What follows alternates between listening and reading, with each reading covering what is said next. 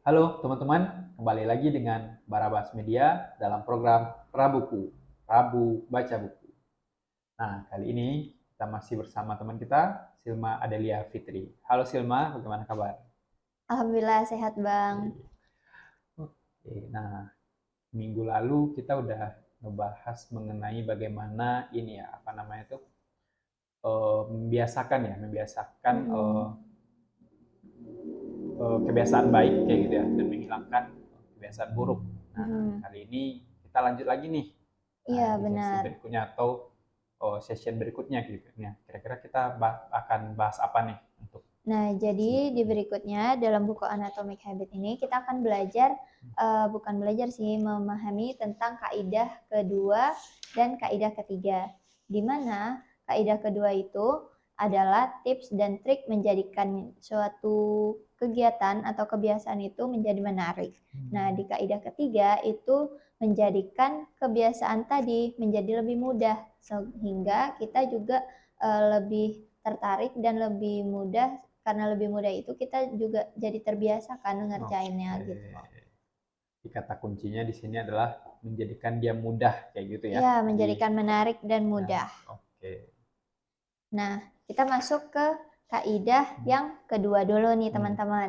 Di kaidah kedua ini kan menjadikan menarik, di mana kegiatan ini akan dibuat seolah-olah bisa menipu otak kita. Jadi, di mana di bab 8 ini dia akan membahas bagaimana menjadikan kebiasaan tidak dapat ditolak atau kebiasaan itu dapat diterima oleh otak secara langsung. Nah, jadi di bab ini itu tuh membahas yang namanya dopamine, di mana dopamine itu adalah salah satu saraf yang ada di otak, yang dimana itu tuh mengatur rasa kebahagiaan, rasa motivasi, dan suasana dari hati seseorang. Dan dopamine sendiri itu tuh ada pada rangkaian karena menyediakan jendela ke dalam proses biologis terkait dengan hasrat, nafsu, dan motivasi yang ada di balik tiap kebiasaan yang dilakukannya.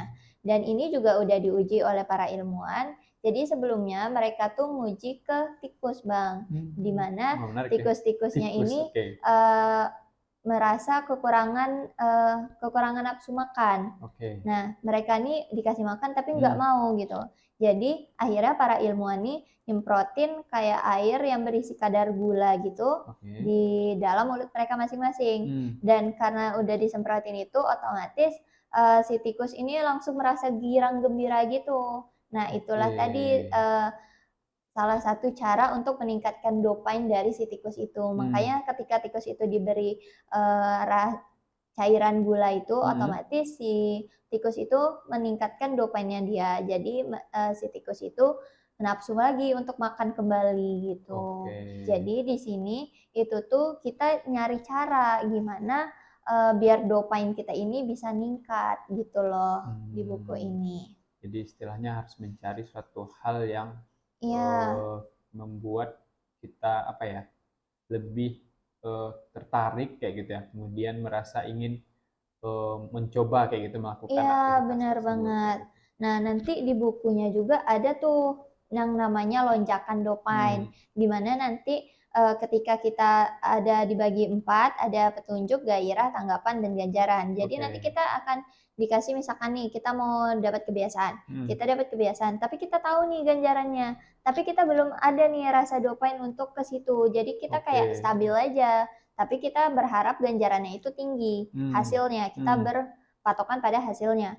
Nah, Oke. tapi ketika kita udah baca nih petunjuknya, ternyata petunjuknya mudah. Hmm. Nah, itu tuh ningkatin eh, dopamine kita di bagian gairah. Kita tertarik dong otomatis terhadap ininya. Iya. Nah, itu tuh yang namanya tingkat lanjut dopamine-nya. Hmm. Nah, terus karena kita udah berhasil nih ningkatin gairah kita, nah ternyata hasil yang kita dapatkan itu tuh lambat. Jadi dopamine Oke. kita tuh menurun lagi ke kurvanya kayak gini. Nah, jadi hasilnya tuh hasil dari kegiatan yang kita lakuin itu tuh ternyata prosesnya lama gitu. Hmm. Nah, karena prosesnya lama itu jadi dopamine kita menurun, tapi kita tetap Oke. ngejalaninnya. Nah, setelah kita ngejalaninnya, lama-lama hasilnya tuh udah kelihatan. dan ternyata hasilnya tuh lebih besar daripada yang kita harapkan tadi. Nah, itulah yang dinamakan lonjakan dopamin tadi. Oke, berarti dia secara grafik ya ketika kita lakukan itu ada masa dia menurun ya. Mungkin ya Iya, karena kita belum merasa terlalu apa nih mendapatkan kunci untuk menarik ya iya, terhadap aktivitas tersebut. Tapi kalau kita lakukan terus dan menerus dan akhirnya baru tuh nanti akan terlihat hasilnya seperti apa kayak gitu ya. mm-mm. Oke. Nah, jadi di bab yang ini nih, dia tuh ngebahas tentang menjadikannya menarik, di mana suatu kegiatan semakin menarik, suatu kesempatan tentu akan semakin besar peluangnya untuk dijadikan kebiasaan, Oke. gitu kan? Karena kebiasaan itu adalah lingkaran umpan balik yang bergerak atau yang digerakkan oleh si dopain itu sendiri. Oke. Ketika kadar dopain itu meningkat, begitu pula motivasi dan rasa ingin kita berubah itu juga meningkat gitu. Jadi kita tuh gimana sih cara kita tuh bisa mengaktifkan dopain kita masing-masing gitu. Ya, ini mungkin ibarat kayak anak-anak lagi belajar main sepeda nih kayak gitu kan. Iya. Jadi ketika anak-anak itu main sepeda kan awalnya dia tertarik dulu nih dengan sepedanya kayak gitu. Wah, kayaknya main sepeda menyenangkan nih kayak gitu. Jadi mau nggak mau dia harus bisa kayak gitu kan. Nah, akhirnya dia tertarik tuh untuk mencoba kayak gitu. Mungkin tapi dalam waktu mencoba itu mungkin dia ada merasa bosan kali ya karena mungkin nggak bisa-bisa tapi karena dia dopainnya makin tinggi dan dia masih tertarik nih terhadap untuk latihan sepedanya dia mencoba terus dan akhirnya ya dia mendapatkan hasilnya kayak gitu bisa bermain sepeda kayak gitu ya Iya, mungkin Bang. gambarannya. Oke. Nah, terus di kaidah kedua ini juga ngebahas tentang peranan keluarga dan teman dalam membentuk kebiasaan yang udah Sima jelasin sebelumnya itu kan lingkaran pembentuk kebiasaan kita tuh ternyata apa yang kita ikutin apa kita ketika kita berada dalam lingkungan yang benar otomatis kita juga akan meningkatkan standar dopamin kita. Jadi kita juga akan akan tertarik dengan kondisi-kondisi teman-teman kita yang sukses itu tadi. Jadi itu juga bisa berpengaruh pada peningkatan dopamin kita. Karena kultur tempat tinggal kita itu menentukan perilaku-perilaku yang ada pada diri kita. Karena dalam konteks pikiran kita juga kita tuh ngikut apa yang dikatakan oleh masyarakat, gitu kan. Kayak misalkan nih dalam masyarakat itu tuh punya adat yang namanya apa harus tamu adalah raja gitu. Nah, itu tuh sebenarnya itu tuh udah mindset di kepala kita bahwa tamu adalah raja karena kita percaya secara tidak langsung tentang yang ada di sekitar kita itu tadi. Jadi itu juga bisa ningkatin dopamin kita sehingga kita juga ikut melakukannya. Jadi kita menerima tamu atau memperlakukan tamu tuh layaknya raja kayak semua disuguhin, beri ini, beri itu gitu, diperlakukan secara baik gitu. Ini mungkin karena lingkungan itu apa ya benar-benar kita setiap harinya di sana kali. Jadi apa namanya itu ya kalau lingkungan kerja ya kita ada masa libur atau sebagainya. Tapi kalau untuk lingkungan tempat tinggal atau lingkungan aktivitas kita lah gitu itu nanti kan kita rutin ya melakukan aktivitas di sana. Tapi secara tidak langsung ternyata lingkungan itu memberikan habit ataupun inputan dampak kayak gitu terhadap apa yang kita lakukan karena secara tidak sadar ternyata otak itu merespon apa yang kita lakukan di lingkungan kita biasanya kayak gitu ya. Nah, terus di bab berikutnya masih kaidah kedua ini nih bagaimana menemukan dan mengoreksi penyebab kebiasaan buruk Anda. Yang kemarin kita bahas bagaimana menjadikannya itu tidak menarik. Nah, jadi setiap perilaku yang kita miliki itu tuh ada tingkat permukaannya dan ada motif yang sangat dalam. Kayak misalkan kita ngelakuin kebiasaan buruk bangun siang. Itu tuh ada tingkat gairah kita untuk melakukan itu karena kita mungkin kayak yaudahlah males gitu kan, otomatis dopamin kita juga meningkat nih untuk melakukan kebiasaan buruk itu. Jadi secara nggak sadar alam bawah sadar kita juga ngelakuin itu sehingga motif atau alasan untuk kita melakukan kebiasaan buruk kita itu tuh juga makin kuat, makin dalam gitu. Nah, sehingga penyebab-penyebab kebiasaan yang sesungguhnya itu tuh ada prediksi yang mendahului kebiasaan itu. Jadi prediksi yang menghantarkan ke keperasaan diri kita masing-masingnya gitu. Tapi jadi di buku ini kita tuh nggak boleh difokuskan pada manfaatnya kemarin, pada hasilnya itu. Karena untuk menghindari kebiasaan buruk itu tuh harus menjadikannya terkesan tidak menarik yang Silma sampaikan sebelumnya. Jadi kebiasaan yang menjadi menarik ketika kita mengaitkan dengan perasaan positif atau tidak menarik ketika kita mengaitkan dengan perasaan negatif, otomatis itu akan menciptakan ritual motivasi dengan melakukan sesuatu yang Anda nikmati saat sebelum kebiasaan sulit itu terbentuk. Dan di buku ini juga nanti di hasil ujung babnya juga akan bertambah. Kayak kemarin ini kan ada menjadikannya terlihat. Ini ada hukum pertama, ini ada 1.1 nih, mengisi kartu nilai kebiasaan, tulis kebiasaan-kebiasaan saat Anda menyadari semuanya. Nah, ini udah dibahas. Dan ternyata lanjutan triknya itu nanti akan diselipkan di sini. Cara menghentikan kebiasaan buruk. Nah, jadi ini ada mengurangi paparan atau menghilangkan petunjuk-petunjuk kebiasaan buruk yang ada di lingkungan kita. Terus ini juga ada merangkai ulang pola pikir kita. Jadi kita disuruh berfokus pada prosesnya, jangan pada hasilnya. Karena kita di progres itu tuh kita nanti akan mendapatkan hasil untuk menghindari kebiasaan buruk kita tadi itu.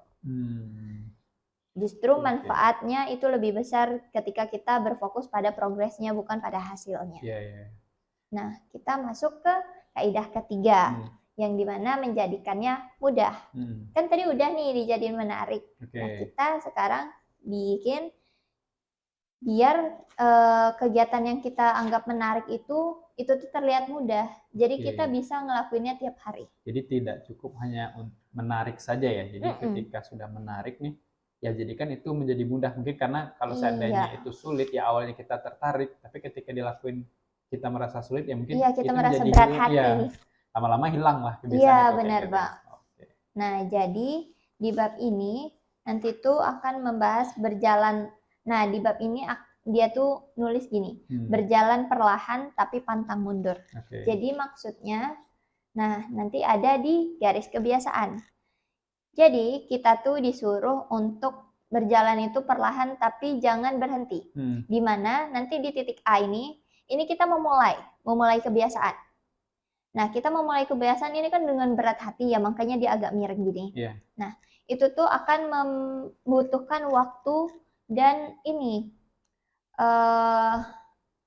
perasaan yang kurang enak. Karena kita memulai kebiasaan, upaya yang kita lakukan itu cukup besar. Bukan cukup besar, bahkan besar. Nah, ketika kita udah berhasil nih memulainya dan kita mempertahankannya, kita lanjut ke titik B. Di mana kita ini akan berpeluang melaksanakannya menjadi lebih mudah, tapi masih memerlukan sedikit perhatian dari kesadaran diri kita masing-masing. Nah, setelah kita berhasil di titik B, otomatis kita akan melakukannya dengan spontanitas, di mana spontanitas itu menghasilkan kebiasaan, yang dimana kita juga berhasil ngelewatin garis kebiasaannya. Jadi ketika kita udah spontanitas, itu otomatis kita akan ngelakuin kebiasaan-kebiasaan itu secara tidak langsung, karena udah menjadi rutinitas dan bagian identitas dari diri kita. Itu mungkin kata orang, cobalah keluar dari zona nyaman kayak gitu ya. Iya, benar, Bang. Mencoba keluar dari zona nyaman itu ya tidak semua orang berhasil, karena itu tadi di awalnya berat kayak gitu ya. Dan bagi orang yang udah menyerah duluan, ya udah kurva itu dia tidak akan naik kayak gitu ya. Akan terputus lah jadinya, ya udah kebiasaan buruk itu kembali lagi kayak gitu. Nah, terus di sini juga ada membahas tentang bagaimana menghentikan kebiasaan menunda menggunakan aturan 2 menit. Jadi nanti ada namanya aturan 2 menit. Jadi aturan 2 menit itu tuh berfokus pada kebiasaan yang awalnya kita mulai itu tuh dikit aja, nggak usah banyak-banyak. Itu untuk mengaktifkan merangsang pikiran kita, si domainnya tadi. Jadi kayak misalkan nih, kita mau jadi rajin, mau jadi hobi baca buku. Nah, cara yang paling pertama yang sangat mudah itu tuh membuka bukunya kan? Membuka bukunya. Nah, kita jadikan itu kebiasaan tiap hari buka buku aja, nggak usah dibaca. Buka buku aja. Nah, setelah kita udah kebiasa nih buka buku, tapi kita kan belum terbiasa untuk membacanya. Jadi kita buka buku aja. Setelah kita udah terbiasa buka buku aja, terus kita lanjut ke next level. Kita next level. Itu tuh belajar 10 menit. Kan itu nggak sulit. Tadi 2 menit ya? Iya, tadi 2 menit buka buku aja. Nah, bahkan nggak nyampe 2 menit sih buka buku aja. Buka buku aja. Terus setelah buka buku aja, kita belajar, kita baca 10 menit aja. Nah, setelah kebiasaan nih belajar 10 menit, terus kita tambah jamnya, jam belajar kita. Jadi 3 jam misalkan. Nah, 3 jam. Setelah kita belajar tuh jadi 3 jam, nah udah kebiasa kan? Lama-lama kita tuh ini punya target lain. Aku harus dapat nilai A gitu. Nah, di situ ada target. Iya. Gitu ya. Jadi dia target lagi, next level lagi kan, next level. Nah, dia punya target, aku harus dapat nilai A. Dan dari situ kebiasaan-kebiasaannya itu tuh muncul. Mulai dari yang dia buka buku, belajar 10 menit, terus belajar 3 jam. Dia 3 jam itu kan otomatis latihan ya. Latihan-latihan soal untuk mengulang atau mengingat pembelajarannya. Dan setelah itu, setelah mendapat nilai A, naik level lagi. Aku mau dapat gelar, misalkan sarjana, cum laude gitu. Itu kan salah satu target untuk memotivasi si dopain tadi. Nah, sehingga ketika kita udah memulai kebiasaan itu dan kita menemukan target-target kita berikutnya, kita tuh akan meningkatkan dopain kita secara nggak langsung. Jadi otomatis kebiasaan yang awalnya kita mulai tadi dari buka buku, itu tuh akan jadi kebiasaan rutinitas kita. Mulai dari buka buku, belajar, terus memahami, mengerjakan latihan soal, itu tuh akan menjadi bagian dari diri kita nantinya. Udah menjadi jati diri ya kemarin pembahasan di minggu lalu kayak gitu ya, ketika udah menjadi kebiasaan gitu ya semuanya. Iya benar. Nah terus ini ada dalam buku ini juga contoh pembentukan kebiasaan. Nah kebiasaan pertama, bangun lebih pagi, menjadikan pemakan sayuran, mulai berolahraga. Nah ini ada misalkan kamu mau ngambil kebiasaan dibangun lebih pagi. Nah di fase pertama kamu akan dianjurkan untuk sudah di rumah pukul 22.00 setiap hari. Jadi itu tuh adalah fase awal untuk agar badan kita ini nggak kelelahan karena kita membutuhkan waktu tidur itu 9 jam. Nah, ketika di fase pertama itu udah berhasil, lanjut ke fase kedua. Setelah berhasil di fase kedua, lanjut ke fase ketiga. Nah, itu di buku ini nih uniknya ada dikasih nih gambaran-gambaran kita. Iya. Nah, terus kebiasaannya udah kita selesaikan beberapa detik itu akan terus berdampak pada perilaku selama beberapa menit atau beberapa jam setelahnya. Jadi, banyak kebiasaan yang terjadi pada momen menentukan pilihan yang sama seperti jalan bercabang. Entah mengirim Anda ke arah ke produktif atau tidak produktif. Jadi, dopain tadi itu tuh bisa berdampak pada negatif atau positif. Tergantung kita membawanya kemana.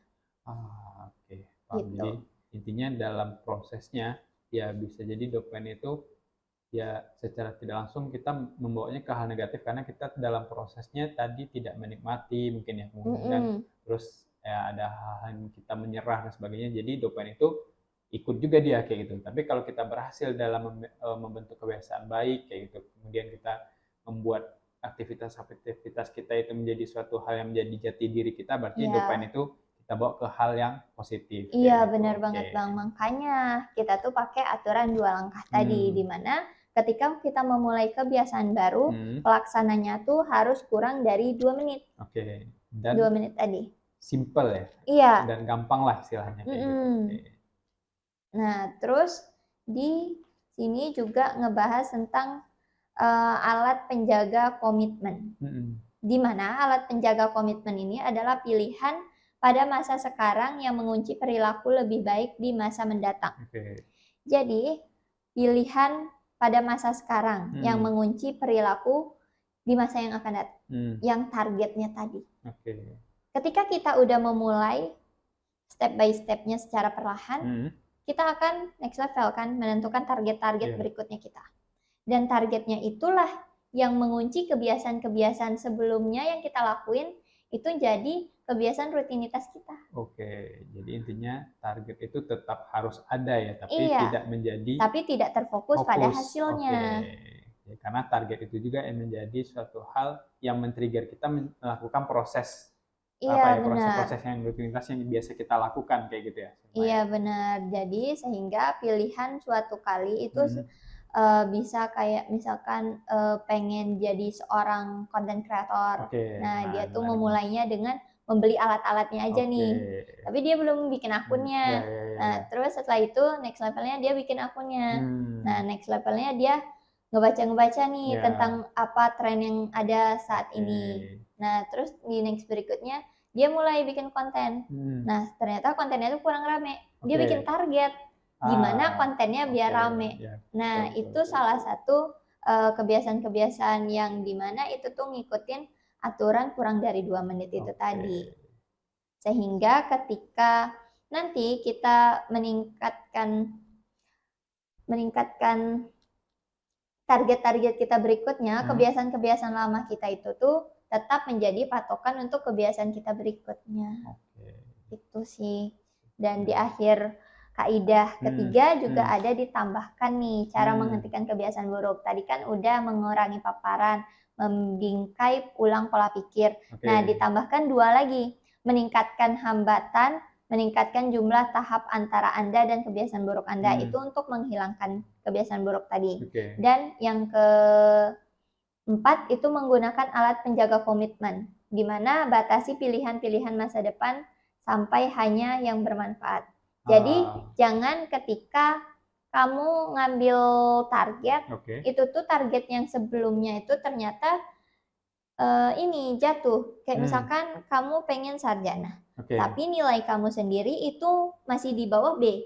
Nah, jangan bikin target kayak gitu. Jadi bikin target itu secara berkala gitu kan ya? Iya, berkala. Jadi kita tuh harus realistis aja lah terhadap diri kita masing-masing. Jadi itu aja sih yang dibahas di kaidah kedua dan ketiga itu. Nah, menarik nih Semaya. Mungkin kita coba simpulkan sedikit ya. Jadi dalam membangun kebiasaan ini ya ada beberapa langkah tadi ya. Pertama ya yang jelas pertama buat dia menarik dulu kayak gitu ya. Menarik dan mudah.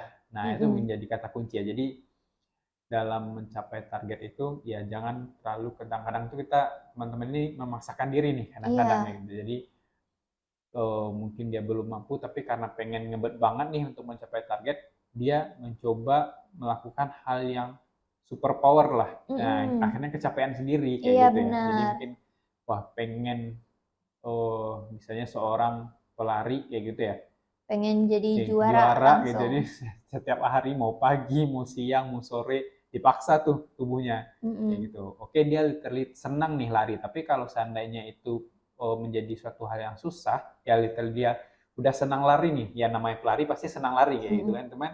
Karena dia memforsir tubuhnya dengan cara yang susah, ya akhirnya ya udah itu akan menjadi suatu apa ya bumerang sendiri kayak gitu bagi dirinya. Dia akan menjadi kayak kewalahan. Ya, betul. Jadi ya kalau dia seorang pelari udah senang ya carilah kegiatannya ya mungkin dia mencari objek yang mungkin alam gitu di alam itu dia jogging melatih dirinya sehingga itu menjadi suatu hal yang menurut dia merasa mudah karena dia sambil bermain atau sambil berwisata kayak gitu ya. Jadi tetap jangan menghilangkan kebahagiaan dari diri kita masing-masing. Oke, nah itu kata kuncinya tetap memperhatikan kebahagiaan ya, kebahagiaan diri kita, kemudian di sisi lain tadi kata kuncinya adalah ya tetap ada target kayak gitu ya, tetap ada target dan targetnya tuh harus realistis kayak gitu ya, karena kalau nggak realistis ya balik lagi tadi, otomatis proses kita menjadi sulit jadinya kayak gitu kan, tapi sehingga ya memforsir tubuh kayak gitu ya. Iya,